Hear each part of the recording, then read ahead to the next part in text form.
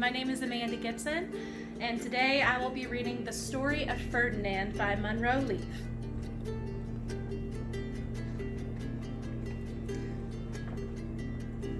Once upon a time in Spain, there was a little bull, and his name was Ferdinand. All the other little bulls he lived with would run and jump and butt their heads together, but not Ferdinand.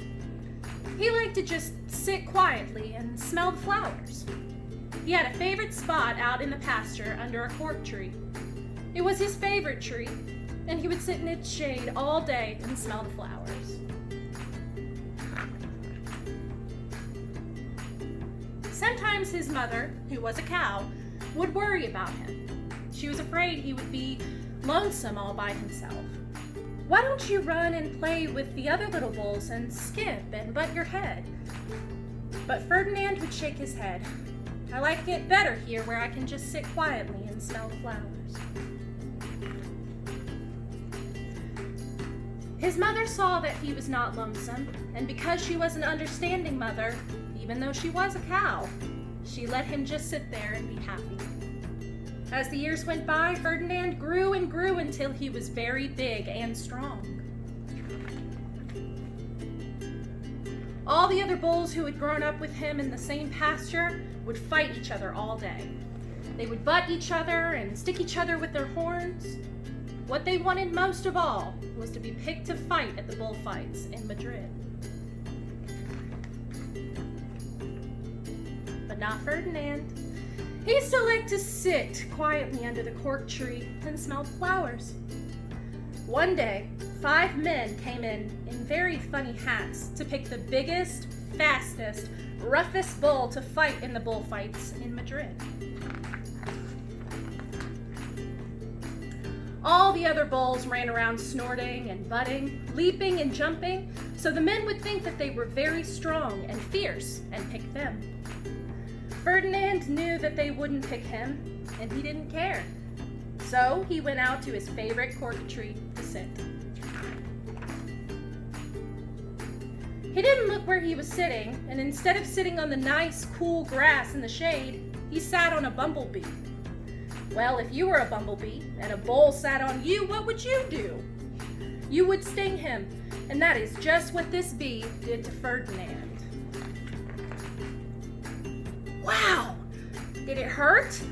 Ferdinand jumped up with a snort. He ran around puffing and snorting, butting and pawing the ground as if he were crazy. The 5 men saw him and they all shouted with joy. Here was the largest and fiercest bull of all, just the one for the bullfights in Madrid. So they took him away for the bullfight day in a cart. What a day it was! Flags were flying, bands were playing, and all the lovely ladies had flowers in their hair. They had a parade into the bull ring. First came the banderillos, with long, sharp pins with ribbons on them to stick on the bull and make him mad. Next came the picadors, who rode skinny horses, and they had long spears to stick in the bull and make him madder.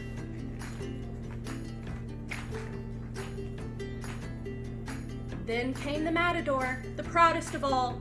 He thought he was very handsome and bowed to the ladies. He had a red cape and a sword, and was supposed to stick the bull last of all. Then came the bull, and you know who that was, don't you?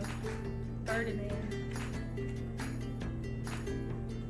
They called him Ferdinand the Fierce, and all the banderillos were afraid of him, and the picadors were afraid of him, and the matador was scared stiff. Ferdinand ran to the middle of the ring, and everyone shouted and clapped because they thought he was going to fight.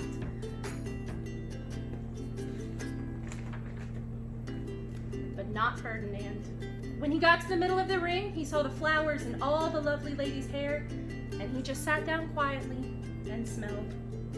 He wouldn't fight and be fierce no matter what they did. He just sat and smelled. And the banderillos were mad, and the picadors were madder. And the matador was so mad he cried because he couldn't show off with his cape and sword. So they had to take Ferdinand home. And for all I know, he was sitting there still, under his favorite cork tree, smelling the flowers just quietly. He is very happy.